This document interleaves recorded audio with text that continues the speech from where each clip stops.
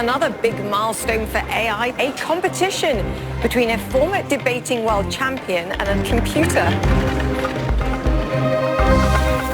So many people are here working on this production.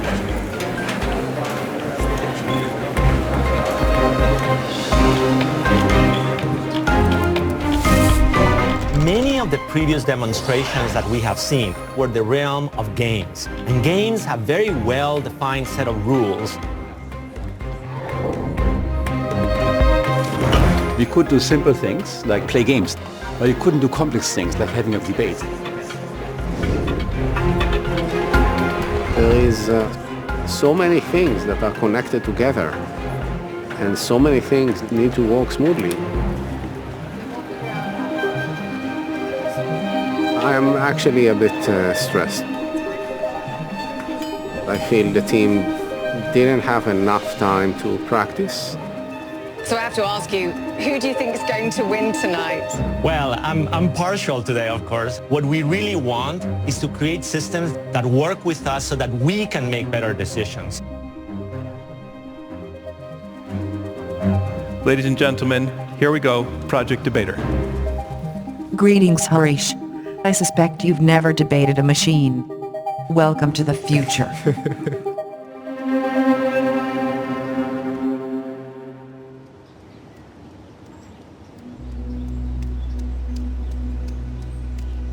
I started my amateur debating career back in high school. The teacher for history made the mistake of returning the exams and saying, if you want to appeal about your score, I'm willing to hear your thoughts. And obviously nobody seriously considered to do that except me. Okay, I understand that you think that this is my score. I have a different view. Let's argue about that in writing. Later on, I started to think about writing, comedy sketches. I started to develop a sitcom called Puzzle.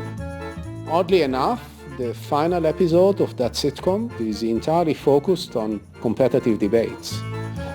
תראי, חנית מתחילה כמוך, אני הייתי מציע את שיטת הניסוח המעורפל. They filmed 16 episodes, and it was a complete failure. This is how I found myself doing computer science and artificial intelligence. For centuries, people have always thought that games is a great way to measure your intelligence. When I play chess, I want to prove to myself I'm smarter than the other side. If you take the position that you have to hand code a rule for every situation, it is insanely hard. What you now do is you give them examples, and they learn from those examples and make their own rules, compared to having to craft all the rules by hand. Games have been important for AI, but games differ from debate because the classical game is a set of equations that's fully understood. You can draw the rules of chess. You cannot draw the rules of conversation. That's impossible. This is Jeopardy! The IBM Challenge. And now we all get to find out how well Watson will perform. We're looking for Bram Stoker, and we find who is Bram Stoker and the wager. Hello. And we have a new champion, Watson. Just a couple of days after the Jeopardy event, an email was sent to the entire research division asking us what should be the next AI Grand Challenge. I was intrigued, so I offered my office mate at the time to spend an hour and brainstorm together. And towards the end of the hour, at some point, I suggested this notion of developing a machine that will be able to debate humans. So we submitted the proposal in a single slide. They told us this is impossible and this is not a very good plan. I think this is a characteristic of a grand challenge, because if it is very clear to you that this is doable, then probably this is not a grand challenge. And if it is very clear to you that this is not doable, then probably you shouldn't start. It should be somewhere in between, but you need to take into consideration that perhaps you will fail. I didn't hear anything for a few months. Then February 2012, Aya Sofer used this chat service in IBM to text me. And she said, "Did you hear?" And I said, "No, what?" And she said, "It was selected. Debater was selected as the next grand challenge." I was very excited and I wrote her back, I want to thank you for all the support along the way. And she said, "Don't thank me yet."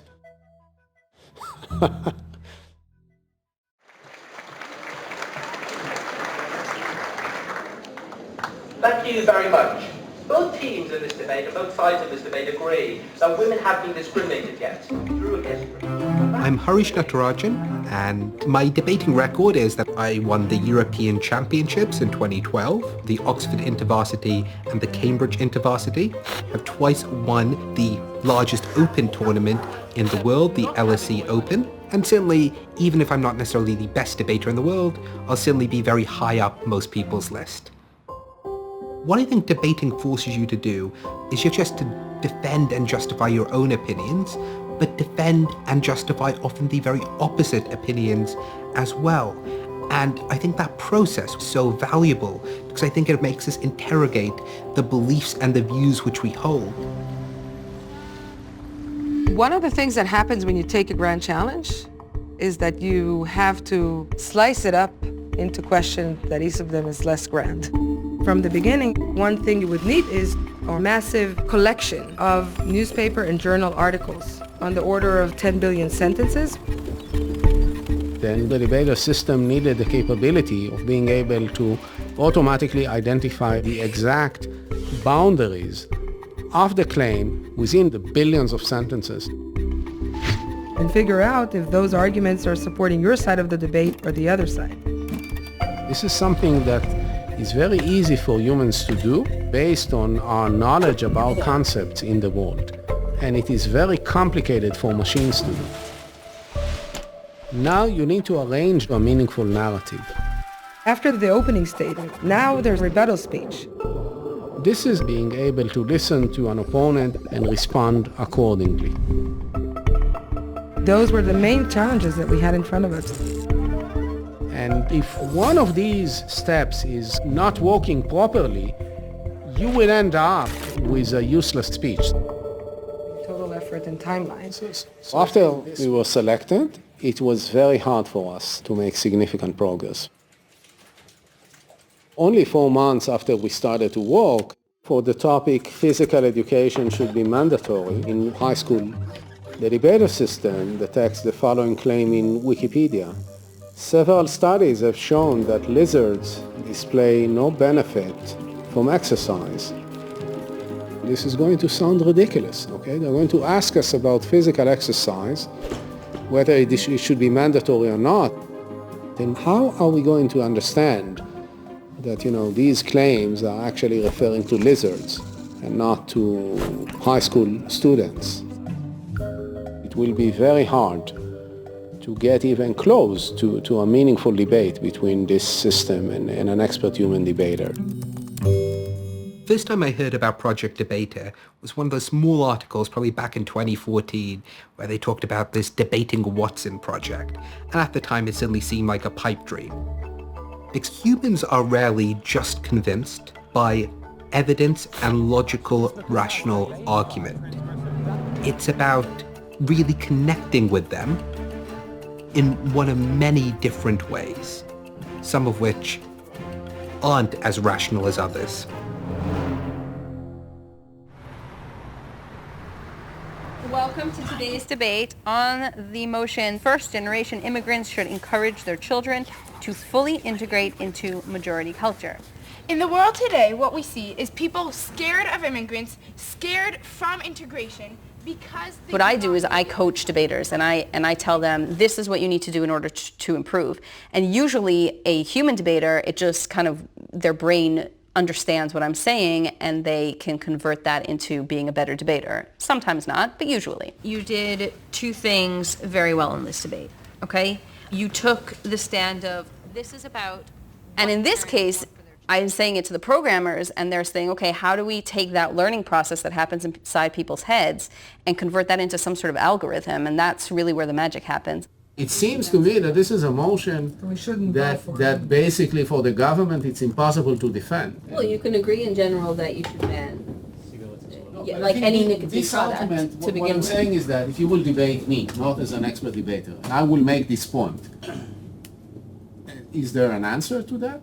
Being able to show to the world that you can take a computer program and teach it not just to play a game that has very specific set of rules and very specific ways of winning, but something that is so difficult for humans to learn and so subjective in how you see it and how you hear arguments and how you respond to arguments. I think it's incredible. When I joined the team, it was not at a level where it would be competitive. My automatic analysis indicates that you are suggested that the abolition of the entire fossil fuel field is going to create, and the traumatic effects of that. And lastly, however, considering relevant data suggests some information that may contradict this claim. I first heard about IBM Debater because they were asking for volunteers to record speeches for them. Basically, they wanted to build up this database of speeches from people with a lot of debating experience and then train the computer using that database. We should not ban smoking. We should ban smoking. On our side of this debate, we're going to explain we should not ban nuclear weapons, despite the obvious risks that these weapons pose. I think at first, Project Debater would sometimes give arguments that weren't necessarily for its side. Such mandatory minimum sentences lead to overcrowded prisons, and rightfully so. These were the main points I wanted to raise. The types of arguments, the connections between arguments, the way that we, sometimes tell jokes or sometimes we're more serious, those are all things that they pulled in for Project Debater. I often compare Project Debater to my kids and their development because I guess my oldest was born about the same time the program was born. In terms of personality, they'd be, I guess, on par, right? My 7-year-old has a great personality. They do develop that quite early. It's scary, but also nice to see that Project Debater is developing a personality as well. I don't know whether to call my opponent naive, old-fashioned, or just a romantic, but this way or that, my opponent is wrong. I remember the debater, she called him naive, and he was really hurt. Suddenly he's laughed at, not only by a machine, but the audience are now bursting out laughing. My name is Asaf Gavron. I'm an author most of the days. I'm in charge of writing what we call generic texts, little bits and little phrases that are put together by the software, metaphors or quotes, opening sentences or jokes.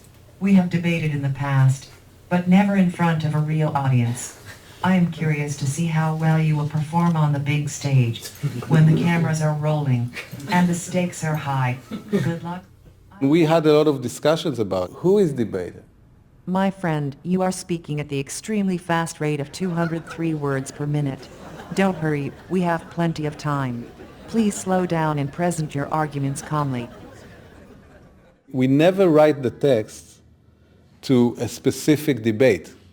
We don't know what the debate will be. No, the magic of debater is that it can argue on any topic thrown at it under the sun. So we write a general text that could fit some topics, and then the system has to identify them and use the right ones in the right time. Climate change is what allows them to poison the minds of young kids. We know the Earth is warming. Will there be more droughts? Yes. How definitive is the evidence? Is there any room for debate? This is the Natasha Hall Show on CJAD 800. We are speaking with Dr. Aharonoff. She is the global manager for IBM's Artificial Intelligence Project Debater. Thanks for being here. How nuts is that it could take artificial intelligence to teach us to understand other human perspectives better? I think that's where AI should be going. Why? Why do we need robots to teach us how to debate? Ultimately, making a decision involves how you weigh your different values. It's not all about information, and I think that AI is not going to do for you, but it can give you all the information so you can make a better decision. You caught me in one of the most tense days ever. Flying in 3 days Obviously, we had the bug that we found last week, naturally. You see results, they're just not consistent. You say, I'm going to run this tomorrow, I'm going to get a different result, and you have no idea where it came from. It was really what's called a ghost bug. It just didn't make any sense at all. This was testing how much we can stretch our nerves. So that was fixed by a patch to Java, and then we had to rerun everything and go from there. But it's fixed.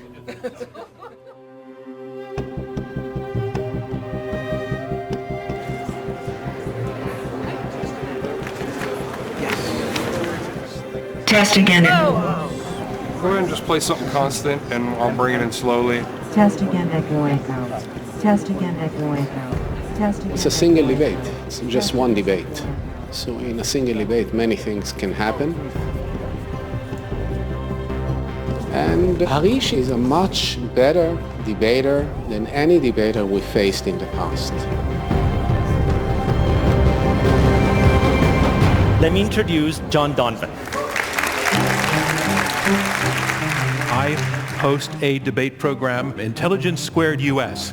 Our goal has always been to raise the level of public discourse. This truly is a first for us, the first time that an artificial intelligence, namely Project Debater, will be on our stage arguing with a human being, and may the best debater win. So let's get started. Let's first meet and applaud our debaters. First, arguing for the resolution tonight will be IBM Project Debater. Representing the rest of us, please come to the stage. Harish. So, to reveal now, the resolution of the evening is this. We should subsidize preschool. We should subsidize preschool. We are going to ask you to vote before and after the arguments using your mobile phone to tell us where you stand on this position and to tell us whether you were persuaded or not by one side or the other. Project Debater actually has a gender. She will be arguing for the resolution. Ladies and gentlemen, here we go, Project Debater. Greetings, Harish. I have heard you hold the world record in debate competition wins against humans. But I suspect you've never debated a machine. Welcome to the future. I will argue that we should subsidize preschools. For decades, research has demonstrated that high-quality preschool is one of the best investments of public dollars, resulting in children who fare better on tests and have more successful lives than those without the same access. In December 2015, researchers at Duke University found that students who enroll in preschool are 39% less likely to be placed in special education programs. A statistical summary of studies by the National Institute for Early Education Research found that high-quality preschool can create long-term academic and social benefits for individuals and society, far exceeding costs. While I cannot experience poverty directly and have no complaints concerning my own standards of living, I still have the following to share. The Centers for Disease Control and Prevention reports that universal full-day preschool creates significant economic savings in healthcare, as well as decreased crime, welfare dependence, and child abuse. Why don't we examine the evidence and the data and decide accordingly? Thank you for listening.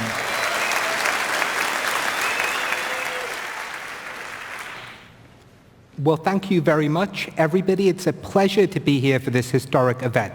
There was a lot of information in that speech, and lots of facts and lots of figures. The problem, though, is the reality of subsidizing preschools is one which does not deal with the underlying problems in society. I'm not sure if you massively increase the number of people going to preschool, they're all going to be the ones going to the high-quality preschools. Mr. Natarajan suggested that preschools should not be subsidized because this will reduce their quality. If anything, the opposite is true. One of many reasons is that subsidizing attracts more skilled and qualified people to the field, improving the quality of preschools for all. Preschool was pushing that child to learn in a competitive environment at the age of 3 or 4, when you realize you aren't necessarily as talented as someone else. That huge psychological damage for many children may mean that preschool is actively harmful. My opponent claimed that preschools are harmful. I believe my argument suggested that the benefits outweigh the potential disadvantages. You cannot fund everything. I think this is simply empirically true, and you have to make choices and you have to make trade-offs. Many middle-class parents and many people from upper incomes already send their children to preschool. You're taking money from all taxpayers to help those individuals who are already often the best off. To be clear, my intention is not to leave a suitcase full of money for everyone to grab at will. We are talking about a limited, targeted, and helpful mechanism. I don't think the project debater has helped those individuals she identifies as the most important, but in reality has hurt them. Thank you, and that concludes round 3 and the argument phase of this debate. We're on our way to making history here. We would like to ask you now to complete that process by using your phones and choose your position where you stand now that you've heard the arguments from both sides. At Intelligence Squared, we deliver victory to the side whose numbers have moved up the most in percentage point terms. Harish Natarajan, his first vote was 13%, his second vote was 30%. He pulled up 17 percentage points. That is it. Harish Natarajan, arguing against the resolution, subsidized preschool, declared our winner. Congratulations to them. Oh, and we had the second vote. Which of the two debaters better enriched your knowledge? Let's see what that number is. Project Debater better enriched the knowledge of the audience on that side. So, a little bit of a split decision. This is amazing, and I think regardless we made history tonight because Project Debater held her own.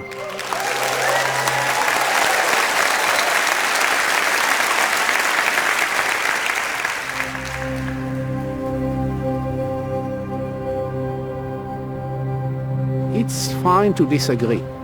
It is not fine not to listen and not to really try to understand the other side. We see artificial intelligence technologies everywhere, right? We use that in our cars, and we use that to select music, and we use that when we try to buy something. What about discussions between us? Thanks for joining us here in Geneva for the AI for Good Global Summit 2019. I think the debater is really just the beginning. It touches on a very fundamental problem, understanding the pros and cons for taking better decisions. So for example, a government which is considering a policy and the citizens that are going to be affected by this policy. I don't think it will replace the decision makers, but it will help them. Buonasera a tutti. L'esperimento che abbiamo fatto qui era prima volta che utilizziamo questa tecnologia a livello di una città. Greetings all. The citizens of Lugano have contributed more than 1,000 arguments in support of the claim that we should further explore the development of autonomous vehicles. The following is a summary of their thoughts. The crowd raised 4 issues. The first will demonstrate how autonomous cars reduce accidents.